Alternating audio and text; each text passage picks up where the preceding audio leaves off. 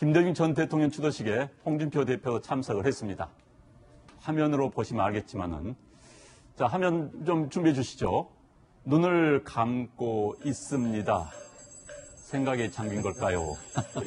아니면 졸고 있는 걸까요? 자, 이런 모습 어떻게 보셨습니까? 그렇습니다. 사실 지난 현충일 같은 경우에는 보면은 우리 정우택 원내대표가 저런 비슷한 모습이 있어서 구설수 그러니까 생각이 깊이 잡혔던 것이 결코 좋은 것이 아니다라고 얘기를 했었는데, 오늘 또 김대중 전 대통령의 추도식에서 어떻게 보면은 쉬는 모습인지 깊은 생각에 잠긴 모습인지를 보이는 모습이 있어서 국민의 한 사람으로서 조금 답답한 모습을 보이는 것 같은데요.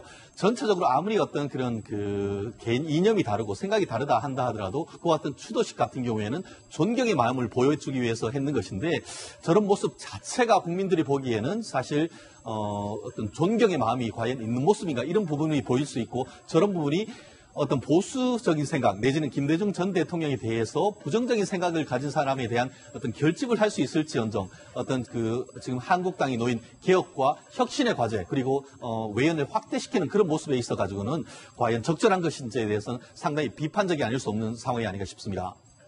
네, 요즘 홍 대표 토크 콘서트를 하면서 전국을 돌아다니고 있습니다. 이 광폭 행보라고도 말을 듣고 있는데요.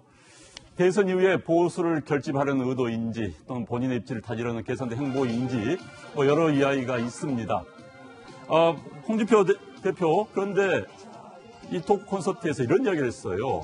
박근혜 전 대통령 출당 문제 논의를 할 것이다. 상당히 민감한 문제를 건드렸는데 어떻게 보십니까? 저는 그냥 준비되지 않고 참석자가 질문한 거에 답변했다고 생각하지 않고요. 의도되어 있는 정책 메시지가 담겨 있다는 생각이 듭니다. 지방선거 앞두고 보수들이 분열되어 있는 현재 상태로 지방선거를 한다면 아마 민주당이 백전백패할 가능성이 매우 높기 때문에 보수 통합이 홍준표 대표로는 가장 중요한 과제일 텐데, 보수 통합의 핵심적인 게 바른정당을 자유한국당으로 다시 복당시켜야 되는데, 그러기 위해서는 그 전제 조건이 바른정당이 창당되고 자유한국당에서 탈당하게 된 배경이 바로 박근혜 전 대통령에 대한 입장과 태도 때문이었다는 생각이 들어요. 그래서 아마도 친박 청산, 박근혜 전 대통령을 탈당시킴으로써 바른정당의 일부에 있는 사람들, 최소한 그래서 교섭단체 지위를 상실하게 만든다든가, 아니면 더 나아가서는 10명 정도의 사람들이 다시 복당을 한다라면 자유한국당과 바른정당의 보수적동 경쟁은 이미 끝나기 때문에, 그렇기 때문에 바른정당을 흔들기 위한 차원에서 박근혜 전 대통령의 탈당 문제를 의도적으로 언급하지 않았는 생각이 들고, 이 언급은 아마 지방선거 전까지 홍준표 대표와 자유한국당의 일관된 보수 통합의 논리로서 바른정당 흔들기 시도는 계속될 것 같다는 생각이 듭니다. 저는 이제 한 가지 조언을 좀 드리고 싶어요. 홍 대표가 저렇게 얘기한 게 저는 타당성이 있다고 생각합니다. 그러니까 보수가 어쨌든 지방선거 전에 새로운 구심을 만들지 못하면 문재인 대통령을 견제할 수 없고, 문재인 대통령을 견제 못하면 문재인 대통령도 불행한 거예요. 그러니까 그거를 위해서라도 보수 통합이 필요한데, 문제는 그 보수 통합의 어떤 방법론인데 박근혜 대통령의 건립돌이 되는 건 분명하죠.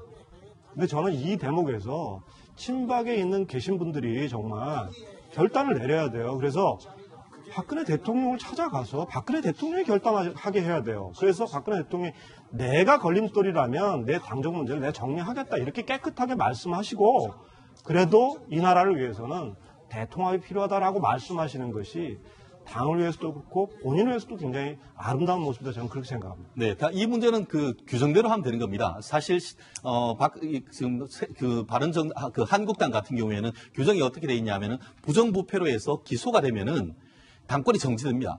그리고 1심에서 유죄가 나오면은 그것으로 해서 출당시킬 수 있습니다. 아시다시피 박근혜 전 대통령이 3월 31일 날 구속이 됐기 때문에 빠르다라고 한다고 하면은 9월 말에 판결이 선고됩니다. 그렇기 때문에 1심 판결에 대해서 유죄가 나온다라고 한다고 하면 규정대로 출당시키면 되는 것이고, 만약에 어떻게 보면 박근혜 전 대통령 항변대로 무죄가 나온다고 하면은 아마 정치적 생명이 연장될 것이기 때문에 이 부분도 한 달밖에 사실은 남지 않은 그런 문제가 아닌가 싶습니다. 네, 할 이야기가 많지만은 네 분과의 대화 내에서 줄이도록 하겠습니다. 자, 네 분 고생했습니다. 네.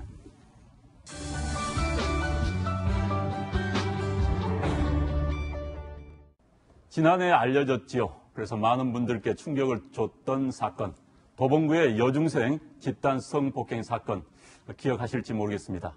오늘 가해자 22명 가운데서 7명이 군사재판 항소심 선고가 어제 있었습니다.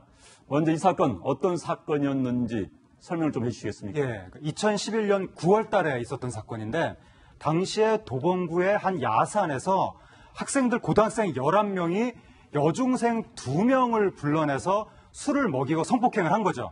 그런데 그거 한 번으로 그친 것이 아니라 11명이 이것을 자신들의 마치 무용담처럼 주변 사람들한테 이야기를 하면서 일주일 후에 22명을 새롭게 모아가지고 다시 그 여중생을 불러내서 또다시 성폭행을 가했던 인면수심의 사건입니다.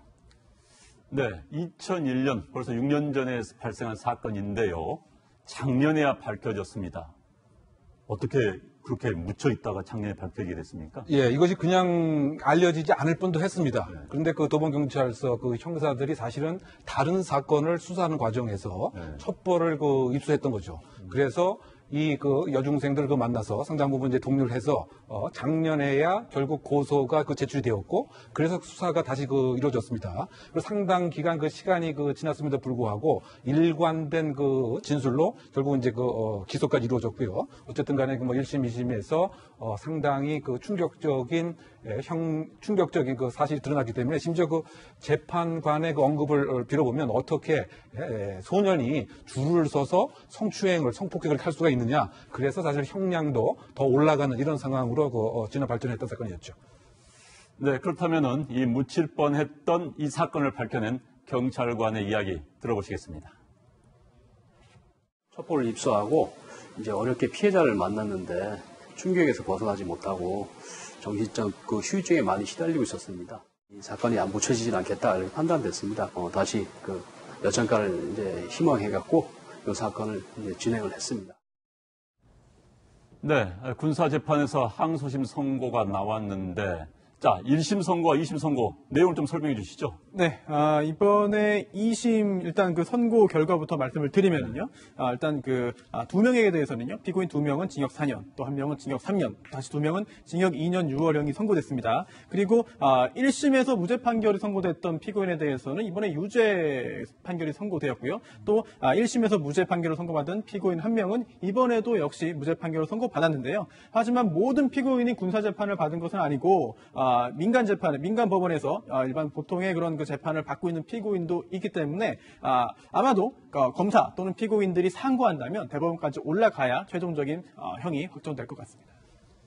네, 이야기가 나왔습니다만 군사 재판을 받은 이유는 역시 그들이 군 복무 중에 일어난 사건이었기 때문이지요. 네, 그렇습니다. 그렇다면은 이제 이번에 제대를 한 사람들은 민사 재판 넘어갔다 그런 이야기인가요? 네, 군사 재판이라는 게 군인 신분에서 범죄를 범한 경우에 군사재판 받는 경우가 대부분이겠지만 그게 아니라 민간인 신분에서 범죄를 저지르고 그 후에 군 입대한 사람이 그 당시에 군에 있으면서 범죄 사실이 발각돼서 기소되면 군사재판을 받게 됩니다. 네. 그리고 군사재판을 받다가도 또는 군사재판 1심 판결 선고된 후에도 그 후에 전역을 하게 되면 2심은 또 이제 민간 법원에서 벌어지게 되거든요. 네.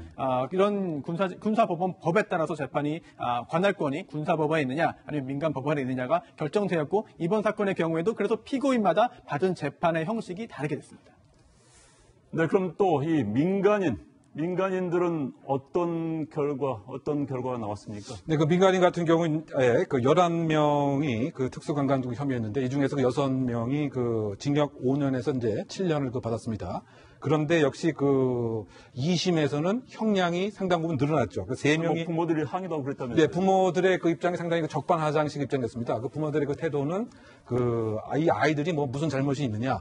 더군다나 놀랄만한 것은 형량을 낮추기 위해서 돈도 합의 목적으로 많이 썼는데 왜 형량이 더 늘어났느냐. 사실은 부모의 태도가 상당히 네티즌에서 비난을 많이 받았죠. 완전히 무엇이 잘못됐는지 모르고 적반하장식의 태도가 완전히 노정이 되었기 때문에 말이죠. 그래서 어쨌든 간에 재판부의 퇴정 명령을 받기도 한 사례였습니다.